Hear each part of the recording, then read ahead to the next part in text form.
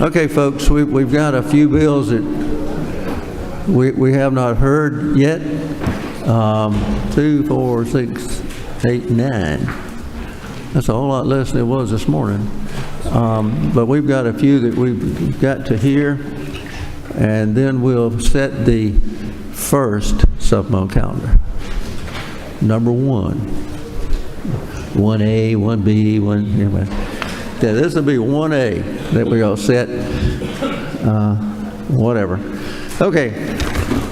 When you get up there, give me your bill number, and you got 60 seconds. Go ahead. Thank you, members of the committee. I present for your consideration HB 506, passed out of committee on Thursday with bipartisan support. HB 506 is the result of findings from the study committee on K-12 accreditation that Speaker Ralston formed last year. It establishes education policy for the accreditation of our K-12 public schools by defining the state standards that can be used. These standards include academic quality and fiscal responsibility. Currently, the third-party private agencies that accredit our schools are unregulated and subject to no state standards of any kind. HB 506 provides guidance and guardrails to this taxpayer-funded accreditation process.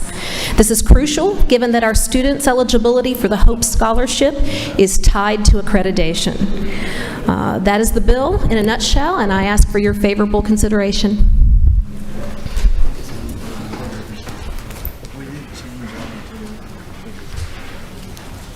Okay, I don't see any questions. Thank you, ma'am.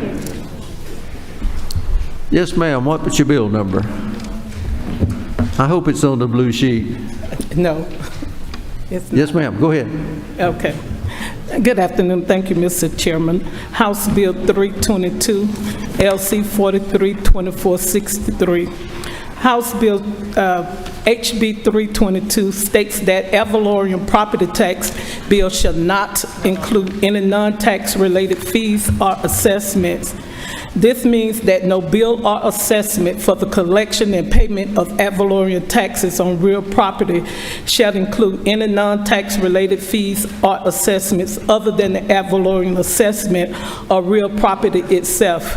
It prohibited charges shall include but not limited to stormwater service fees, solid waste service fees, fees for water and wastewater, and any late fees, penalties, or interest related to anything other than ad valorem taxes on the real property itself. Non-tax related fees and assessments shall not include any fee, assessment, charge, or costs related to delinquent ad valorem property tax collections. This is a simple bill, and I ask for your favorable consideration. Chairman Stevens. Thank you. Isn't this the Brett Harold Opportunity Fund, if you will, that we had last year? And also, doesn't this bill prevent an error in posting, for example, on your taxes, where somebody might post a portion to your taxes and a portion to your fee, and then lose your home at the courthouse door because of a posting error? Yes. All right. Okay. Well, I don't see any more questions. Thank you, ma'am. You were up here earlier. I was, Mr. Chairman. Go I'm ahead. back. Your unlucky day. Mr. Chairman, I bring to you today House Bill 48. This bill very simply allows local delegations by local act to make DA races nonpartisan. We already have the ability. What's that number again? I'm sorry, Mr. Chairman, that's HB 48. I think it's in your book and not on your blue sheet. Oh, okay. As I understand. So as we do with magistrate judges, probate judges, school boards, city councils, etc., the local delegation has the ability to make those races nonpartisan. This would allow local delegations to do that for district attorney races. Mr. Chairman, that very simply is what this bill does. Thank you. Mr. Park. Thank you, Mr. Chairman. So this bill would make it easier to elect potentially progressive and liberal district attorneys in Republican counties by putting them on the nonpartisan ballot? Is that? Say that again. Would this bill make it easier to elect progressive and liberal district attorneys by putting them on? I can't answer that question. I can't answer that question. All right. That's all you got. Thank you, sir. Thank you, Chairman. Mr. Jones, go ahead. Mr. Chairman, members of the committee, thank you so much. If it's okay, I'd like to put together House Resolution 303, which is the constitutional question, and House Bill 585, which is, both of those are towards the back of your book and not on the blue sheet. This is a constitutional amendment that has been signed by all members of the Forsyth delegation. Effectively today, impact fees are permitted by our county to be able, not just my county, but all counties, to be able to charge impact fees for new growth around roads, sewers, 911, library, etc. The one place where impact fees are not constitutionally permitted are school impact fees. You'll see on 585, and if you'd be so kind to turn to 41 through 45, you will see we've put two qualifiers in terms of which districts would qualify for this, effectively giving the BOE the ability to assess impact fees for growth areas, which would be within Forsyth County. Based on the two qualifications found on lines 45 through 45, you will find the only district in the state that would qualify as Forsyth County schools. Okay, I don't see any questions. Thank you. Thank you. Okay, who's next? Thank you, Mr. Chairman. I bring you House Bill 451, LC 393848S. It should be in the book. It requires public entities to provide a supplemental illness-specific insurance benefit to assist first responders diagnosed with occupational post-traumatic stress disorder, or PTSD. It was unanimously supported in committee and has the support of ACCG, GMA, both the Firefighter and Police Associations, Fire and Police Chiefs Associations, the Sheriff's Association, the State Board of Workers' Comp Advisory Committee, and the Georgia Office of Public Safety support. The bill also requires that the bill is subject to appropriations. Okay. Have you talked to Mr. Hatchett back here? I will be. Okay, that's okay. No questions. Thank you, sir. Yes, sir. I wish somebody'd pick out one that's on the blue sheet. Thank you, Mr. Chairman. Unfortunately, I'm not that someone.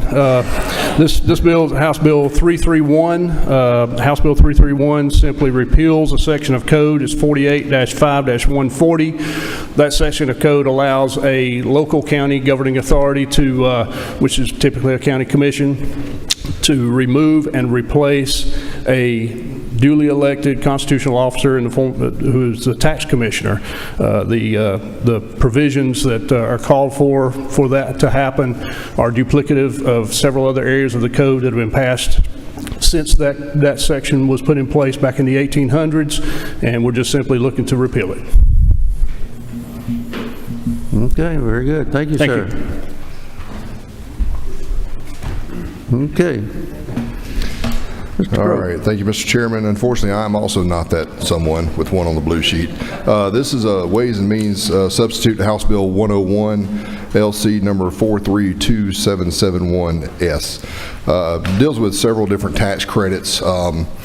First is a rural hospital tax credit, the Georgia Heart Program. Makes a couple of changes to some definitions in there.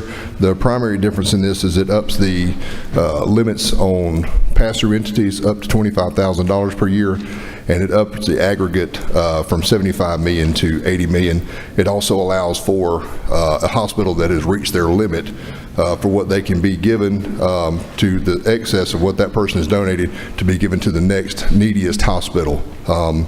The part 2 of there deals with the student scholarship organizations. It increases the aggregate limit on that from 120 to 130 million. That's the only change there. Part 3 deals with the a new tax credit for Habitat for Humanity or qualified mortgage loan originators, which the way they're defined would essentially be Habitat for Humanity. Much the same way it creates a tax credit for that organization where a single filer can contribute up to $5,000 married, filing jointly $10,000 and $10,000 for pass-through entities, and it has a $10 million aggregate contribution limit, $2 million per organization. And then the last one is the Georgia Peach Program, which is the tax credits for public schools, and it just extends the sunset on that. And extended sunsets on the rural hospital and the Habitat all would extend through December 31st, 2028 on those three. Mr. Park. Thank you, Mr. Chairman. Is it not true this bill would sunset a tax credit to Public School Foundation? And could you explain why there's a sunset there, but not on the Student Scholarship Organization? Yes, are you talking about Part 4? Yes. That was the only change they asked us to make on that, was to extend the sunset on that. It had a sunset previously. The Student Scholarship Organizations do not have a sunset currently, so we didn't add one.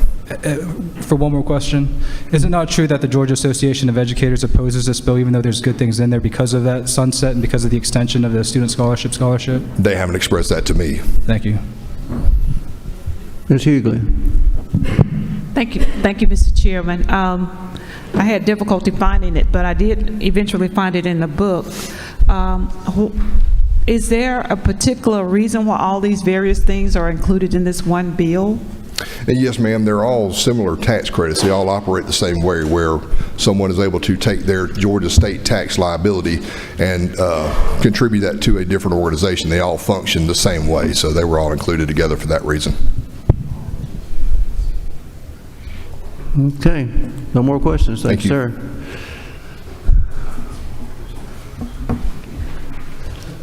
Chairman Is this going to be your last time? I certainly hope so, Chairman Smith and members of the Rules Committee. This is House Bill 572, a department bill from the State Ethics Commission. It is not on the blue sheet. It was passed out of House Judiciary on Friday. This bill officially changes the name of the State Ethics Commission back to the State Ethics Commission and makes 5 or 6 highly technical and complicated changes approved by the House Judiciary Committee at the request of the department. It's a department bill. Thank you. Well, you got to watch out for that Judiciary Committee, since he's not listening over there. So, okay. Thank you. Thank you, sir. No question. Hold on. Mr. Martin. Mr. Chairman, this is directed toward you, if I may. Yeah. Madam Chair, I just wondered how the state of Georgia made it some 200-plus years without the good Representative Reeves, given his activity during this. It was tough. Yeah, I mean, it was.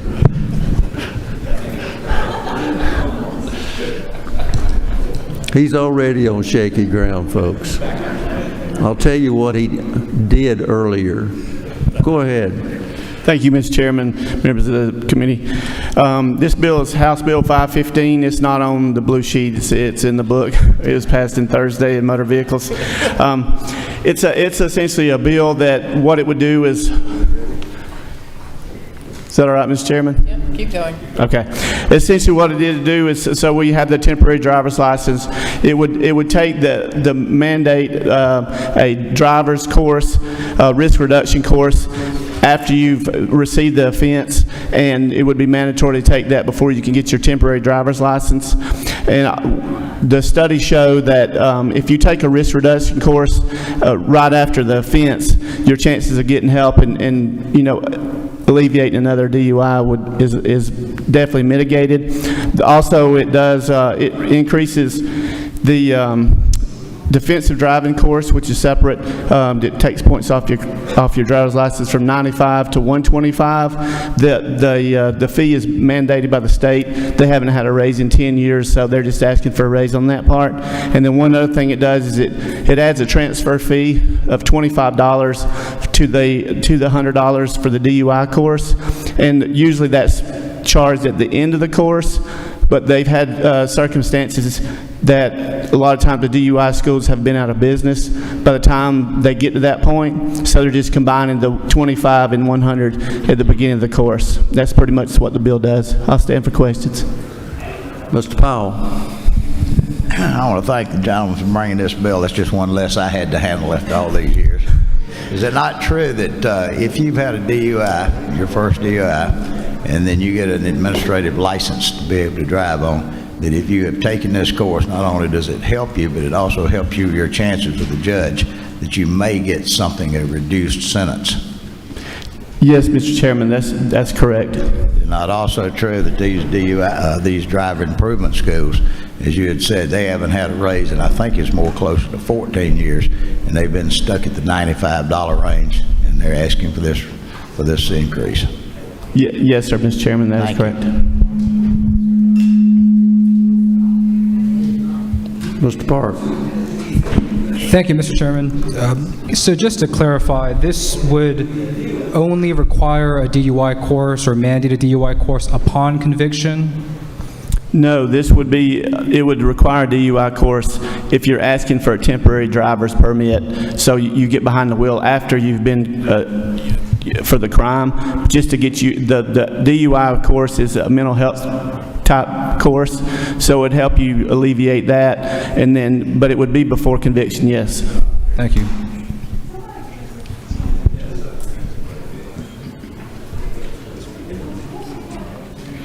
Okay.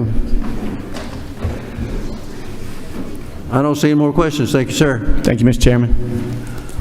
All right. Does anybody out there in Netherland have anything they want to add? Mr. Powell. And I think you'll see a rule substitute for House Bill 196, Yes, sir, LC 480911S. That is correct, and you know, there was some minor changes that's made in this substitute that basically, from the original substitute, basically says that the Cannabis Commission, while they shall issue extra licenses, they don't necessarily have to issue them to the folks who had protest. Okay. And they took out some language? They did take that language out. Okay. All right. All right. I don't see, anybody got a question ready? Anybody have a question? Okay. Yes, ma'am. Thank you, Mr. Chairman. Are we going to where they have to issue these extra, or they may issue the license? They shall, but they don't have to necessarily issue them to any of the protesters. Okay, but we're going to get 8 more people growing marijuana. Right. Is there any limit, or when do they start? Whenever this is settled up, as you know, right now there's 8 or 9 of these licensees that applied that filed protest against the system, the way the grading system was done. It was skeptical at the best. And they have filed a suit, and it's in the Court of Appeals right now, and it has the chances it could stay tied up in the appeal process for quite a while. Right now, because there was only 2 of the licenses that were issued, the Class 1 licenses, has created a situation that we have undoubtedly created a monopoly for 2. And this moves it forward at the discretion of the Cannabis Commission. At the discretion? At the discretion. They can do extra licenses, but those licenses... Okay, now this is not a place to debate the bill. Okay. Who else has a question so I can... We've got several who have bills to present. Mr. Holcomb. Thank you, Mr. Chairman, and sorry for being late. I'd like to request House Bill 364. I think the copies are still being made, but members of the committee would be familiar with it. It is to reform the state's approach to compensating the wrongfully convicted, so that way we don't have to do individual resolutions. Thank you. Anyone have a question, raise your hand.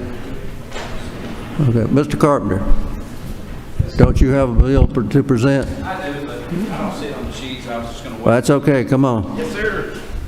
Time's running out. House Bill 170, it's the digital downloads bill. It just simply applies to stuff that is downloaded permanently. So if you buy a book on your phone, you would be taxed under this legislation. If you buy an album on your phone that you have access to indefinitely, you will be taxed. It does not tax streaming.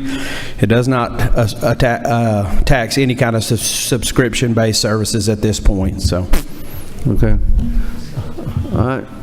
Anyone have a question for the gentleman? All right. Thanks, sir. Mr. Carson. Thank you, Mr. Chairman. I'm here to ask for House Bill 30. This provides for the IRA definition of anti-Semitism, or as IRA, International Holocaust Remembrance Alliance.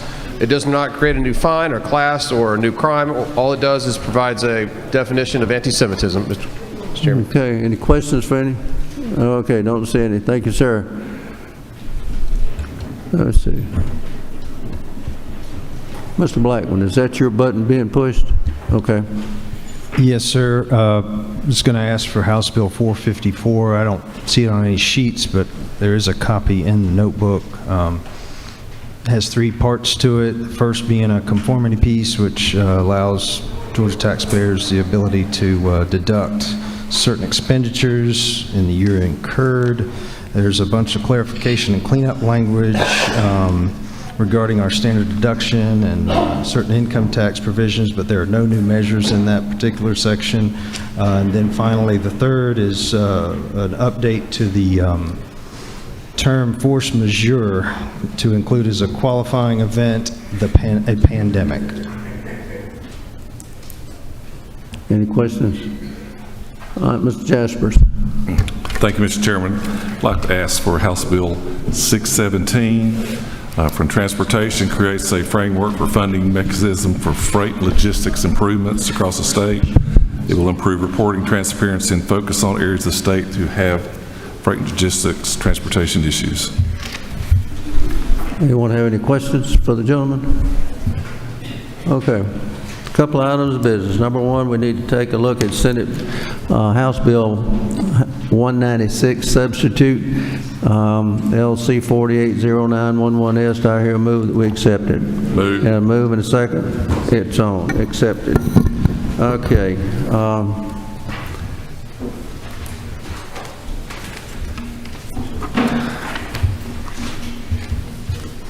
We're going to set the, what do we call it, 1A calendar? Is that what we called it? Okay. Might not get out here till 6 o'clock on the first supplement.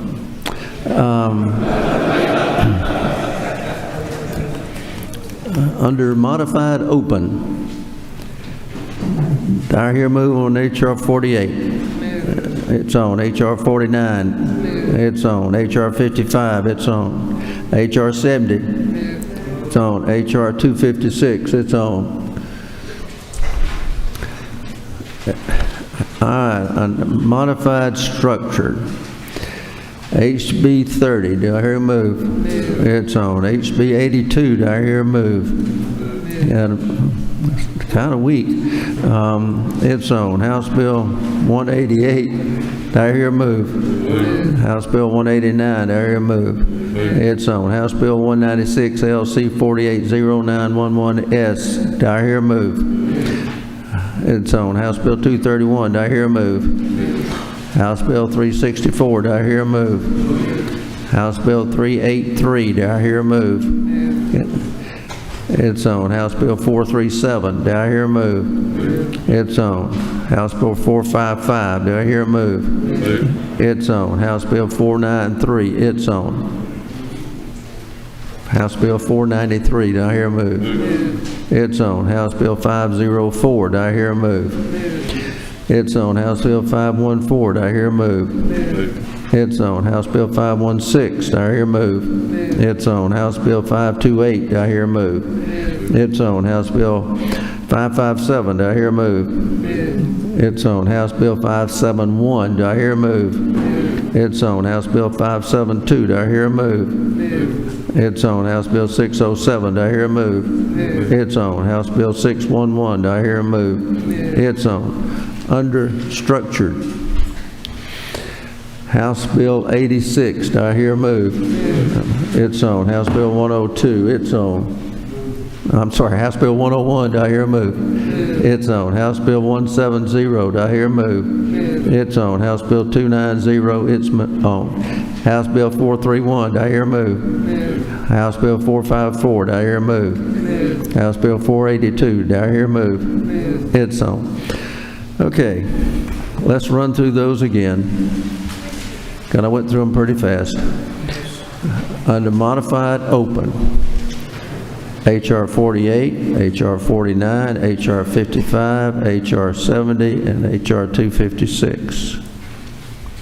Under modified structure, HB 30, 82, 188, and 189, 196 LC 480911S 231 364 383 437 455 493 504 514 516 528 557 571 572 607 and 611.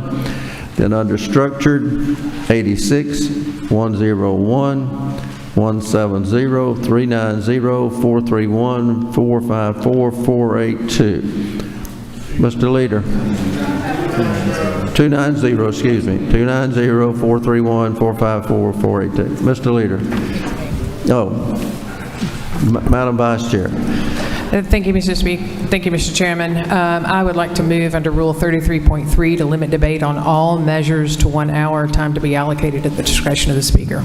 Got a motion, I hear a second. Second. All in favor say aye. Aye. All opposed, like sign. I only see one hand, it's carried. Okay. Mr. Leader. I'll wait.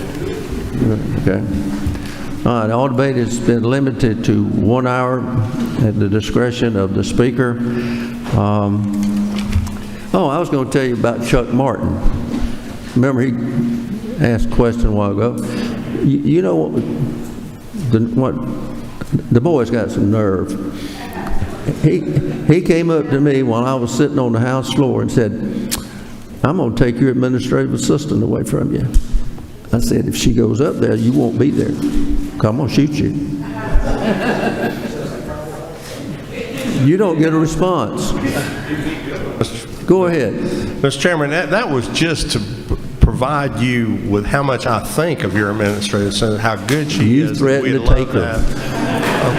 I was just trying to see if you were with us today, You're Mr. not getting Chairman. out of it that easy. All right, meeting's adjourned. I'll see you at the next supplemental calendar.